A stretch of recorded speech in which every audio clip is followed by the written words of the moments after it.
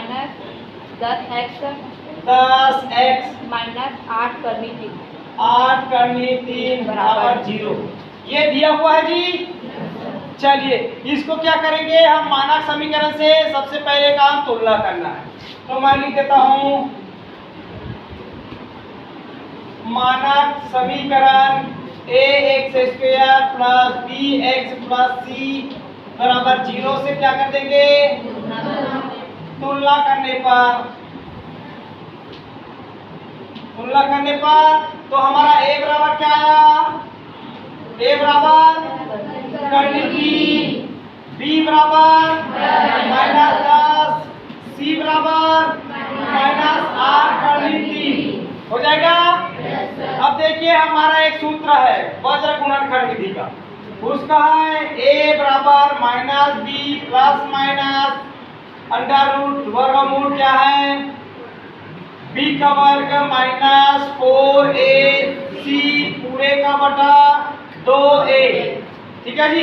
इसमें a b c का मान यहाँ से ले रखने पर तो देखिए ये हो जाएगा हमारा ये माइनस b का मान क्या है -10, तो -10 प्लस माइनस ये वर्गमूल b का वर्ग मतलब -10 का वर्ग, ये माइनस फिर यहाँ से 4, फिर a का मान करनी 3 और c का मान -8 करनी 3 हो जाएगा। ये पूरे का बटा 2 का 2, a का मान करनी 3 हो गया। चलिए अगला, अब यहाँ पे a माइनस माइनस प्लस हो जाएगा, ये 10 प्लस माइनस करनी 10 का वर्ग मतलब ये माइनस माइनस तो प्लस हो जाएगा, 10 गुना 10 मतलब 100 हो जाएगा।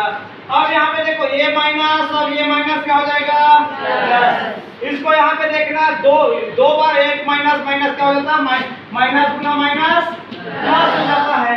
अब देखते हैं यहाँ पे क्या होगा, जो ये जो करनी है, करनी के बाहर जो संख्या वो आपस में गुणा होता है और करनी के अंदर वाले अंदर से गुणा होता है।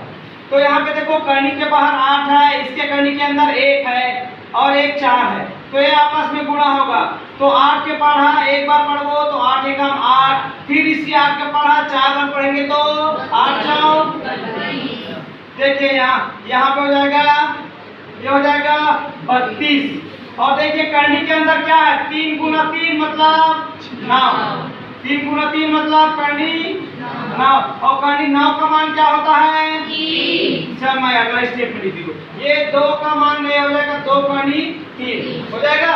अगला मान देखिए ये 10 प्लस माइनस ये हो जाएगा, देखिए 100 प्लस ये 32 का 32 और ये क्या हो जाएगा, इसका मान क्या हो जाएगा 3 हो जाएगा। तो ये 3 आपस में गुणा हो जाएगा, 2 करनी 3। अगला देखो इसके बाद क्या हो जाएगा, यहाँ से ये हो जाएगा हमारा x बराबर क्या है 10 प्लस माइनस करनी, यहाँ पे देखो 100, इसको पहले गुणा कर दो, 32 गुना 3 कितना 32 गुना 3 कितना 96 बटा 2 करनी 3। तो यहाँ पे 10 प्लस माइनस इसको जोड़ दो तो 196 बटा 2 करनी 3 ये हो जाएगा। 196 किसका वर्गमूल है, किसका 14, तो a बटा कितना आ जाएगा 2 करनी 3। तो हमारा x का मान इतना आया। अब इतना आने के बाद वर्गमूल संख्या निकालने के बाद यहाँ पे खत्म करना है, उसके बाद एक बार प्लस लेने पर, एक बार प्लस लेने पर और दूसरा बार माइनस लेने पर। ठीक है जी। तो प्लस लेने पर क्या हो जाएगा, देखिए प्लस लेने पर हो जाएगा 10, यहाँ पे प्लस लेना, यहाँ पे प्लस 14 बटा 2 करनी 3। तो देखो 14 और 10 जुड़ जाएगा तो 24 बटा 2 करनी 3। तो 2 एकम 2 और 2 ये 2 एकम 2 और 2 दूनी 4। तो क्या है हमारे पास 12 बटा करनी 3। ये हमारा x का पहला मान। उसी प्रकार माइनस लेने पर, तो माइनस लेने पर यहाँ पे हो जाएगा x बराबर ये 10, यहाँ पे माइनस, यहाँ पे 14, यहाँ पे 2 करनी 3।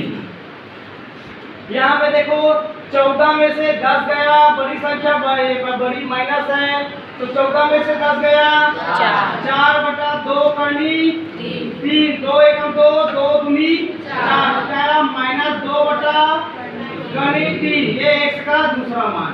इस प्रकार से हमें x का 2 मान प्राप्त हो जाएगा। ऐसे ही बाकी सवालों को अपन क्या करेंगे, बनाएंगे।